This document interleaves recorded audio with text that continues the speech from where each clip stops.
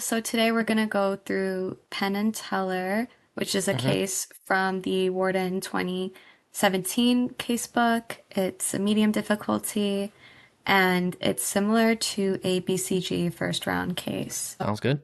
Whenever you're ready, just let me know and we can go into it. For sure, for sure. I'm good to go. Our client is Caesars, one of the largest gaming and resort companies in the world.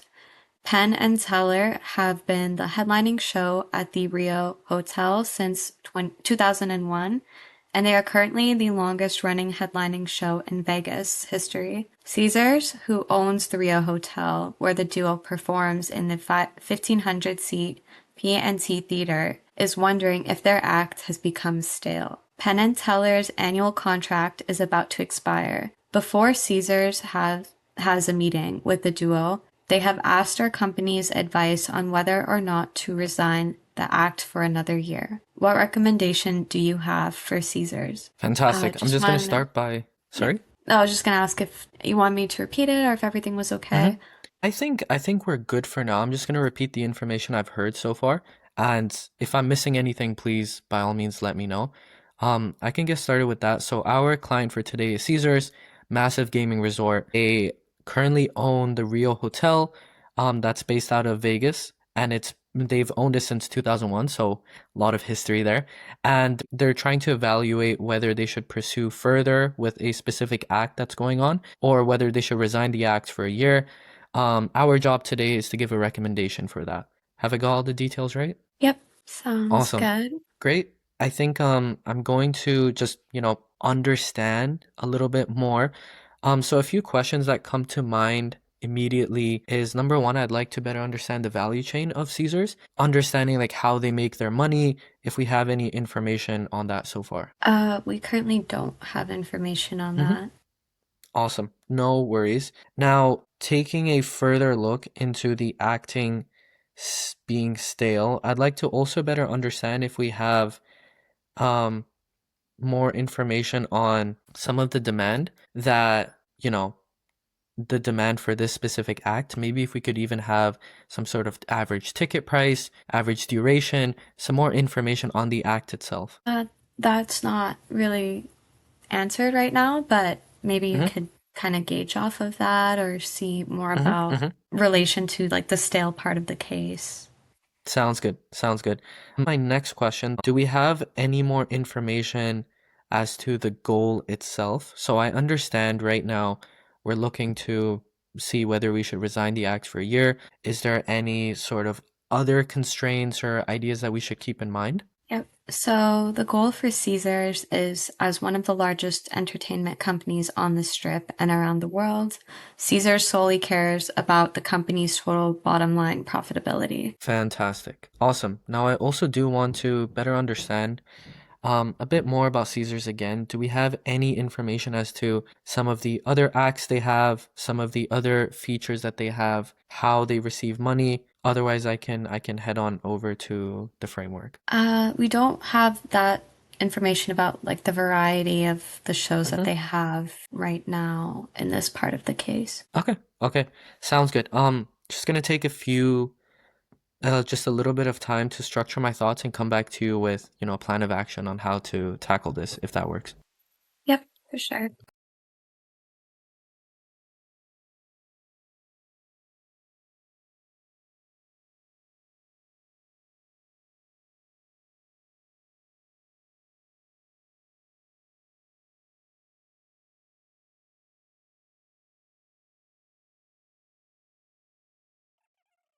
Okay, great.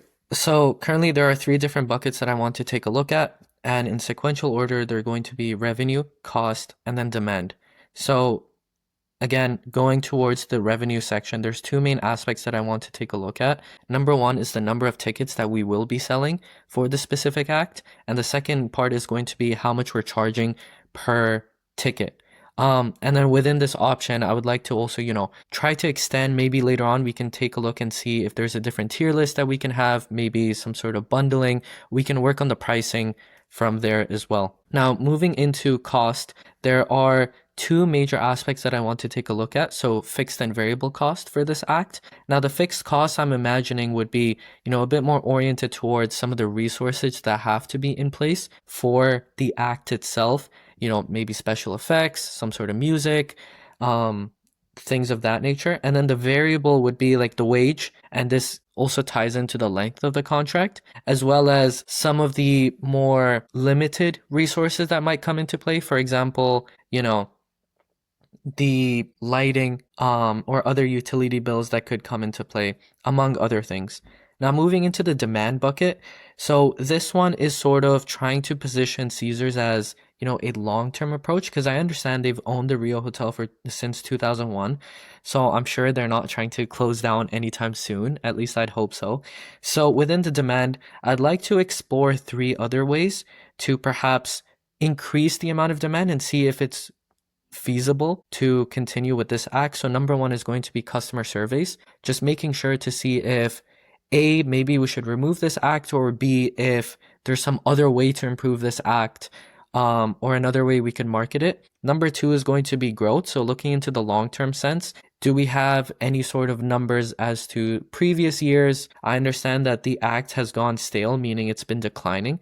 So maybe a bit more information as to how the growth will look in long term. And number three would be replacements. I touched this on earlier on, but seeing if maybe this act, it's time to give it up, unfortunately. Now, in terms of where I want to go next, I would love to better understand sort of the resource area.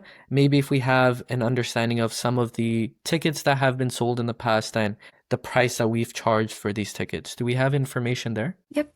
There are category A seats, category B seats, and category C seats. So each one varies in location. So one might be better, Awesome. worse. In terms of pricing, category A, which are the best seats, are $120. Category B is $75, and category C is $55. Great. Awesome. Any other information, or is this what we've been given at this moment? I mean, if there's anything you kind of want to ask Yep, at this moment, for sure. for sure. So with this information, it's great that we have the tier list of the different ticket prices. What I'd like to better understand now is the demand aspect. So we know the pricing of these. Maybe if we have more numbers on the demand for each of these tier lists, and I understand we were given the 1500 number earlier on, so maybe it could be in terms of the seats that are covered for A, B, and C. Do we have information on the demand? So if you're referring to how many of the seats or how Mm-hmm. much of the actual theater sells out, Mm-hmm. not always does the seats sell out. So on average, 100% of category A seats sell out, 80% of category B, and 50% of category C. Interesting. Very, very interesting. Do we also have information on the number of seats there are? Like the split between A, B, and C with the 1500? Yeah, so the theater has 1,500 seats in three categories, like I mentioned. So 300 are category A, 800 are category B, and 400 are category C. Interesting. Interesting. Yep. So after taking a look at this, I'm going to push forward and essentially I'm going to take a few moments, calculate the amount of money that we will be earning from each of these. Now, with this information, I want to make sure it's valuable. Do we perhaps have any information on the costs currently, or are we just looking for the revenue on an annual basis, perhaps? So I think for now, let's focus more on the revenue aspect, Great. but we can then move to costs if Awesome. afterwards. Sounds good.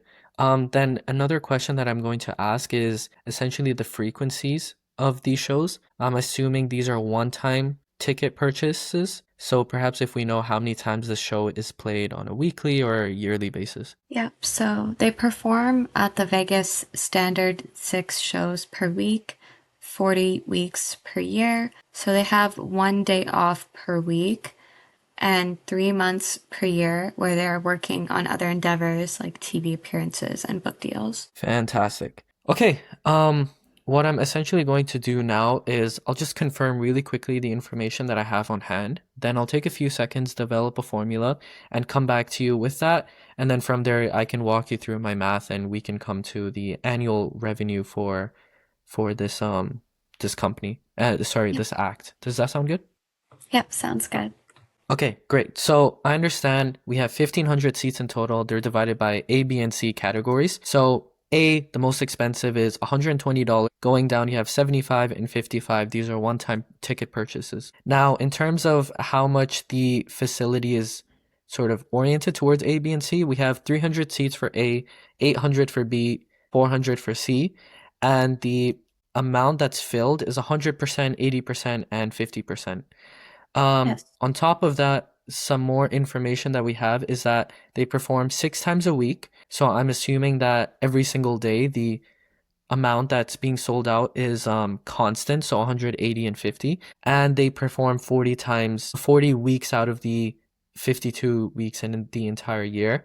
And I just want to confirm the 12 weeks that's missing, that is the 3 months that you mentioned earlier on, correct? Yeah. Okay, great. I'll take a few seconds, come back to you with the formula, and then we can go from there if that works. Sounds good.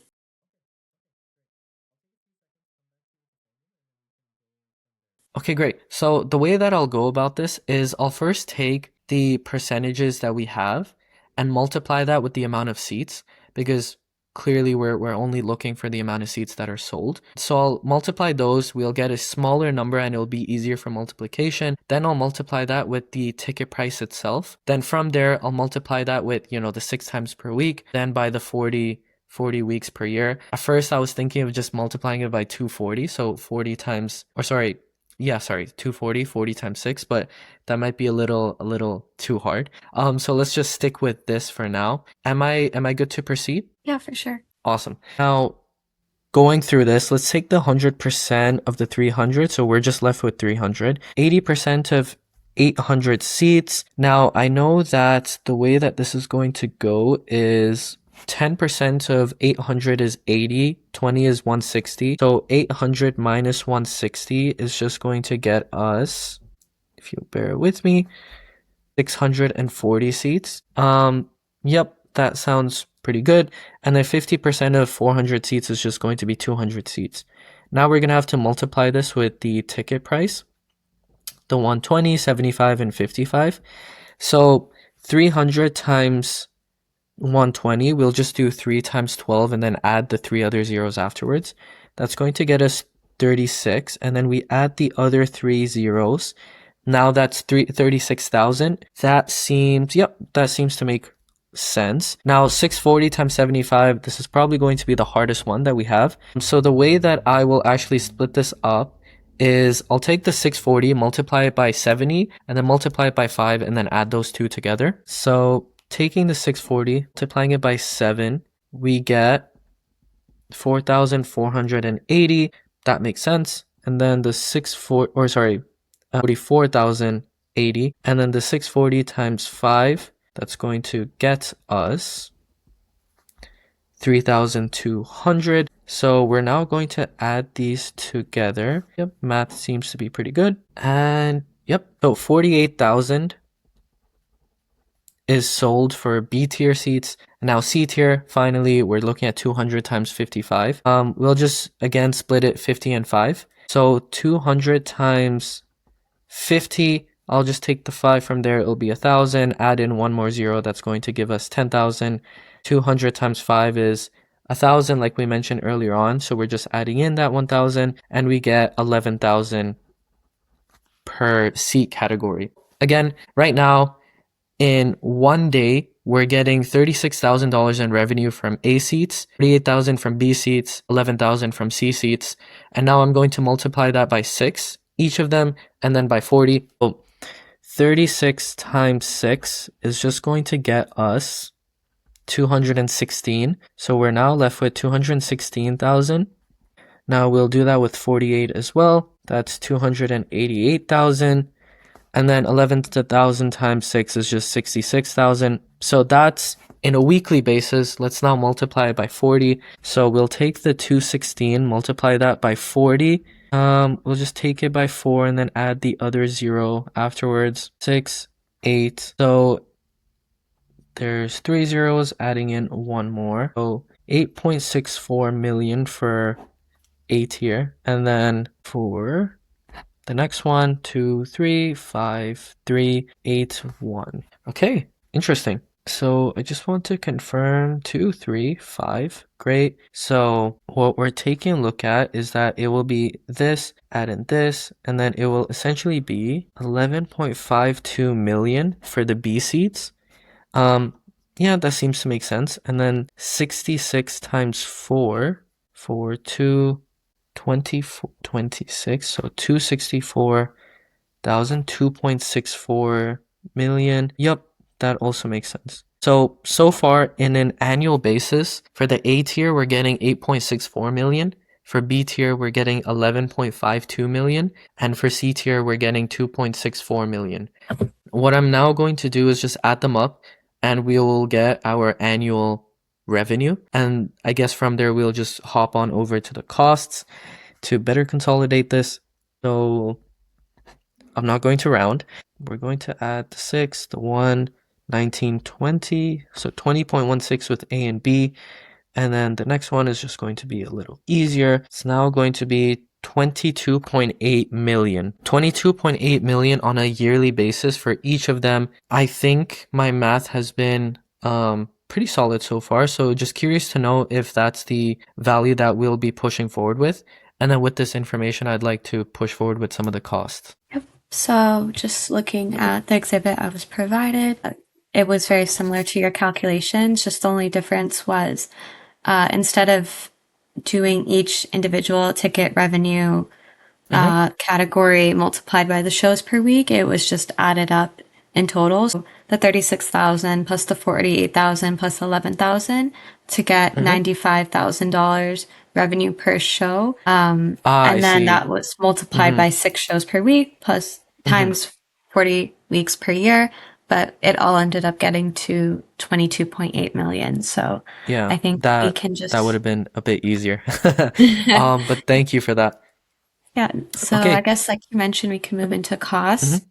So if there's any sort of questions you had regarding this, we can figure that out now. For sure. Yep. So some of the major costs that come into mind, again, we'll split into fixed and variable. So fixed, I'm going to assume are some of the contract costs with, the actors or any other licenses or regulations. And then some of the variable costs could be like the cost to even upkeep these shows, cleaning it up, salaries, etc. Do we have information on anything that I mentioned? I guess for housekeeping, we do have a bit of information. So the prompt was more, does housekeeping clean year round? No, they're only needed 40 for the 40 weeks the show is live. But Great. if there are any other costs for putting on the show, they're broken into 6 main buckets. So both Penn and Teller each make $2 million per year. There's the crew, which are stageheads, showgirls, ushers.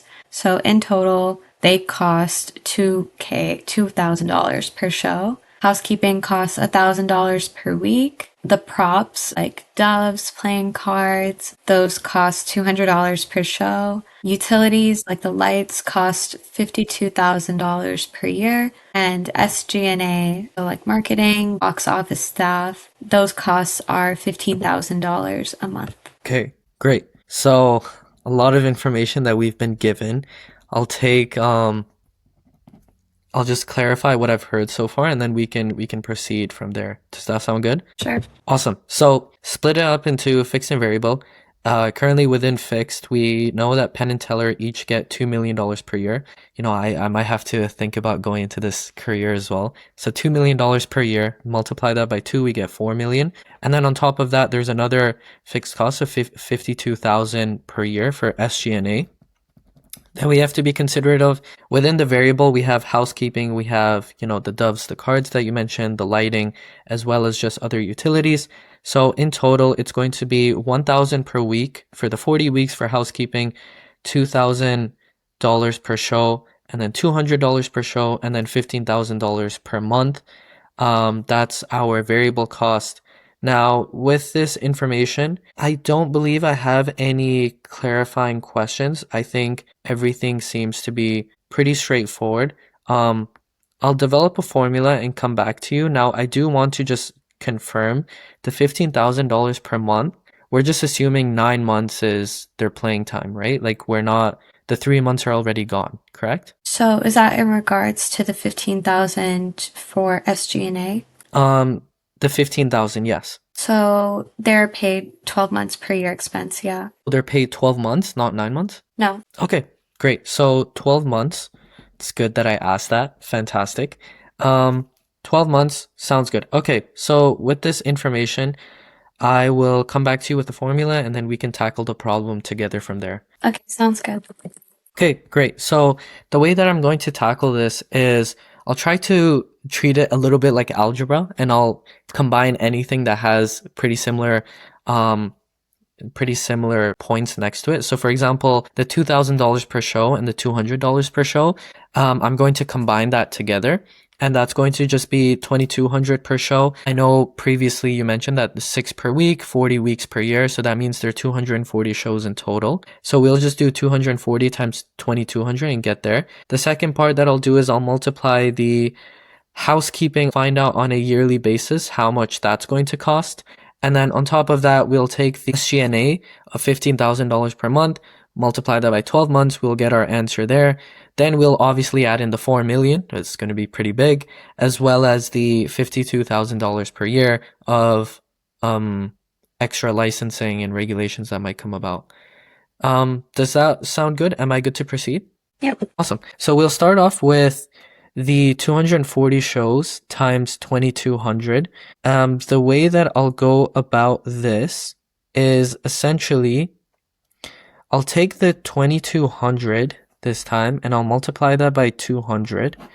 So that should get us 440,000. And then on top of that, we'll just do times 4 as well. That'll be 8,800, and then we'll add in one more zero, so 88,000. So the expense over there is going to be 528,000. Now I'm just going to confirm my math really quickly. Zero, the other two zeros. Yep, seems to make sense. So 528,000 is for the combination of the shows aspect. Now 1,000 times 40 weeks, that's just 40,000. That's pretty simple, thankfully. So with that, I'll go into the 15,000 times 12, the 15K a month, multiply that on an annual basis. That should get us, so it's going to be 150 plus 30, hold on, it's going to be 180, and I think we can just keep that. Yep, that seems to make sense. So 180,000 there.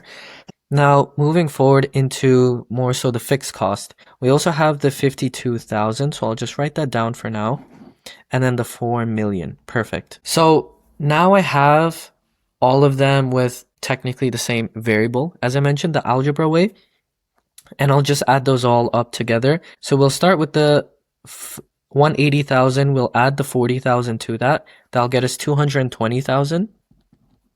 I'll add that into the 528,000. That will get us 748,000. I'll add the 52,000, and that will get us to 800,000. So the total expenses, including Penn Teller's contract, excuse me, is going to be 4.8 million per year, and the total revenue would actually be $18 million the profit would be 18 million per year if we're taking in the 22.8 from last time. Now, just automatically that seems it seems great, to be honest. It seems that our gross margins are very, very high. However, I think with this information, I'd like to better understand sort of some of the risks that might come about with keeping Penn and Teller, and maybe we could try and brainstorm some other ways we can maximize profitability. Do we have any information on that? Yep, so you got the cost, which is good, and you also calculated the profit. Would have been great to see a percentage for profit margin. Other than that, it's good. But we can move into a prompt that I have for you. So Hmm. what can Caesars do to make the current show more profitable? Fantastic. Take a few seconds to come back to you with that. Okay, great. So I've split up my ideas into two buckets. We have our creative bucket and our financial bucket. Most of my ideas are within the creative side. Within creative, essentially what I want to keep in mind is number one, pushing out more marketing, but also different types of marketing. So an act like this, maybe there's some sort of way that we can do a collaboration or a joint venture with, McDonald's with their Happy Meals or some other kid-friendly items. Just even toy stores, maybe we could produce a line like that. Anything that can push our act to as many kids or adults as possible would be great. The second thing is just going to be, obviously just involving new stuff within the act, making sure that it doesn't become stale, making sure that people are still enjoying it, that they have a reason to come back again and again and again. That consistency is very, very important, especially at a time like this. The third thing is going to be food and drink. So I'll be stealing from Cineplex currently. And I understand that Cineplex's highest grossing product isn't actually their movies, it's their food and popcorn and drinks. So, with this knowledge, I believe it's very, very important to push forward with food and drinks. The fourth thing is now going to be just having new characters, and this will tie into my financial considerations as well, but having new characters to excite the audience, to make it more appealing to a certain demographic, would be great. Now, moving into the financial aspects, one of my biggest ones is just going to be pushing for more A and B seats and perhaps just reducing the amount of C seats. So it seems that people don't necessarily like the C seats, especially since there's such a drastic reduction of it. So perhaps seeing if there's ways that we can increase the amount of A seats or increase the amount of B seats would be fantastic. The second thing is going to be negotiating costs with Penn and Teller. $4 million a year is quite a lot of money. Maybe seeing if there's other people who could take in their place. And the third thing is just going to be, different suppliers for the costs. I noticed that the costs seem to be a little bit high for certain aspects. So maybe seeing if we can have some budget allocations over there. All in all, I think some of the main ideas that I have is pushing for more A seats. That's going to be the biggest one, A and B seats. And the second thing is just going to be the food and drinks aspect. Third thing is just going to be, different suppliers for our costs. Okay, that was great. I really like how you tied in some information you had from other areas, like with Cineplex, and also went back and, tied in what you mentioned with the seats. So with that in mind, Caesars has the opportunity to switch the Penn and Teller show for one featuring the recent winner of America's Got Talent, should they? And feel Great. free to ask any clarifying questions about this. hmm So definitely going to have some clarifying questions. I think the way that I'm going to structure my questions is again looking at the financial section, making sure it makes sense there, and then the second part is just going to be culture/creativity, making sure it makes sense there. So within the financial, I would love to better understand the new winner, perhaps starting off with their name, but also information on how much profit they will be bringing in on an annual basis. Maybe there's some sort of calculations I have to get from there as well. Yeah.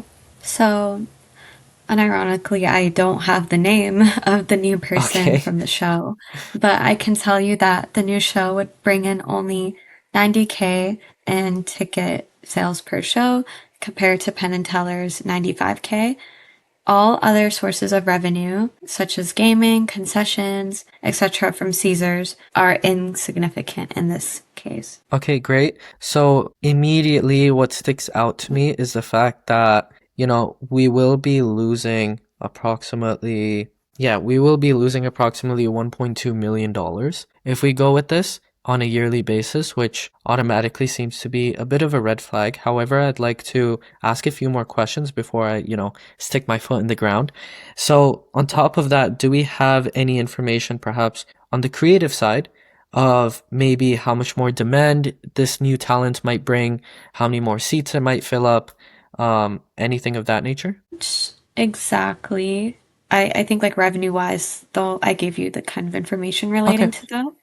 sounds good. Um, but yeah. And you mentioned earlier on that there are no other financial considerations to be careful of. I Uh, guess since we have I the I revenue, said that in regards to revenue. right. So since we have the revenue, now I'd like to better understand sort of the expenses with it to understand the profitability that might come about from here. Do we have some of the expenses perhaps on a show basis or on a yearly basis? Yep. So costs of the new show would cost significantly less than Penn and Teller, There costing we go. dollars per year, as opposed to 4.8 million. Sorry, do you mind repeating that? It lagged out a little bit. Okay. The new show would cost significantly less than the Penn and Teller, costing Mm-hmm. 3 million per show as opposed to Okay. 4.8 million. Per show? Yep. Oh no, sorry. Okay. It says 3 million per year. Yeah, okay, that makes more sense. Yeah. I was going to say, great. So, interesting.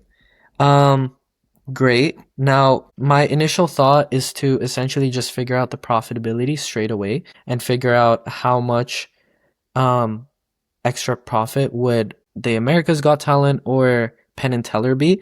But on top of that, I want to better understand the creative aspects. Are there any sort of other information that we should keep in mind, or can I just proceed in finding out the profitability? I think there might be some information more regarding like costs or anything like that, or Okay. goals of Caesars that maybe you might want to ask just Mm-hmm. to better Um, understand. mm-hmm. Thank you for that. I think where I'll direct my next question towards is better understanding Caesar's goal with this. Is it still, continuing the whole case about whichever one has the higher profitability, or has that changed? Yep. So it's remained the same. So as one of the largest entertainment companies, Caesars solely cares about the company's total line profitability. Fantastic. That's all I care about. Great. Then what I'll do is I'll just take out the creative bucket and we'll just stick to profitability.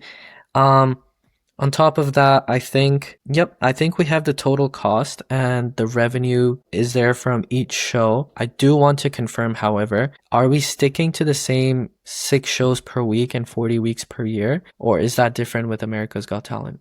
No, so it would be the contract for the America's Got Talent winner would be 1 year time period. So I'm assuming it would be the same kind of structure as Penn and Teller with that in mind. Sounds good. Okay, great. So everything seems to check out. We can push forward. We have our total cost and that. What I'm essentially now going to do is I will essentially take a look at the total revenue, subtract the cost, find the profitability. I'll also give you a percentage at this point as well. And then with that, I'll compare that with the earlier profit that we had with Penn and Tellers. And then from there, we can identify which one to push forward with. Does that sound good?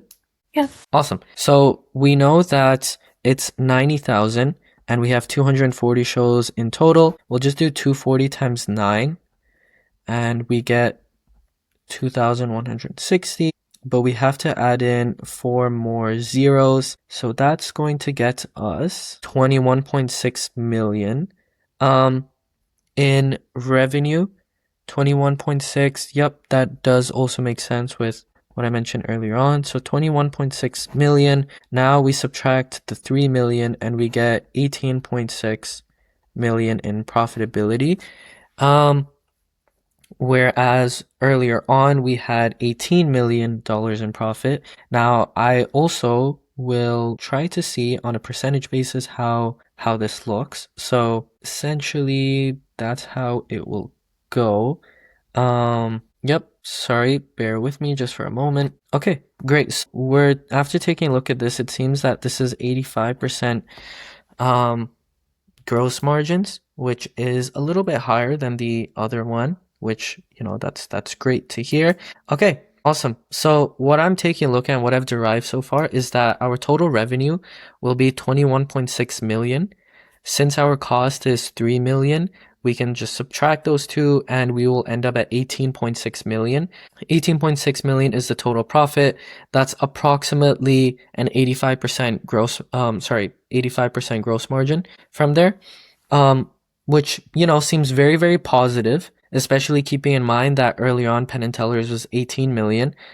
And keeping in mind that our only consideration is profitability, it seems that we should pursue America's Got Talent's act more than Penn and Teller. With that, I think I would love to see if there's any risks or other aspects that I have to keep in mind before, finalizing this decision. Yep. So with that, the SVP of Entertainment wants to know what we discussed. What recommendations do you have for Caesars? Okay. So essentially, Okay. should you resign Penn and Teller or should you not resign Penn and Teller? Okay, great. I'll take a few seconds to come back to you with some of my thoughts. Great. Thank you very much, Caesars, for having me be able to consult for you. It's been an absolute pleasure doing so. Now, immediately, I want to clarify the goal. We care about profitability and we're trying to see which act to pursue with. So immediately taking a look at simply the numbers with profitability, my recommendation is to go forward with the America's Got Talent Act. The reason I say this is because they have $600,000 more in profit on a yearly basis than Penn and Teller's act. On top of that, it's a new act. I believe there will be more, excitement. It'll just be better marketing material, among other things. Now, some of the risks that are associated with this is number one, perhaps long term, some of the demand might go a little bit lower. And number two is there might be a culture shock with America's Got Talent Act coming simply to the Rio Hotel. Some of the mitigations I have for here is just making sure that we have new characters, we have team bonding exercises with the team to make sure that everything's going smoothly there. Some of the next steps with this is having a due diligence team sent out to ensure that we finalize the demand for a long-term basis. And number two is just taking a customer survey and making sure that we fully understand the demand and what we're getting ourselves into so far. But again, thank you very much for the ability to pursue with Caesars and the Rio Hotel. Thank you. Sounds good. So thanks for walking through that. You did really great. It's good that you got through all that hard math. Definitely Yeah, wouldn't have wow, done that as was good. a lot. Oh my God. Yeah, I Like was like, I need a lot of water, but that's interesting. yeah, it's a little bit Okay. more intense. So Yeah. if you want like a few minutes, like maybe to hmm No, no, I'm relax, okay. I'm but if okay. not, I can go into my feedback.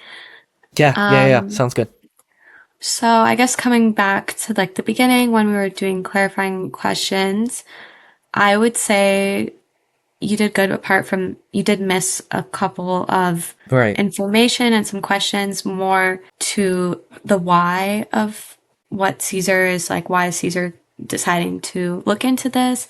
So I think I would try to I see. go I see. forward, be focused more on the why a bit more of the problem than just like, okay, like what's like the background of Caesar's, because you kind hmm of didn't focus more on what's causing the problem. Because with the causation, you can relate that to what Caesar's goals Oh, are, I see. how I they're see. I see. achieving their goal, or why they aren't achieving their goal.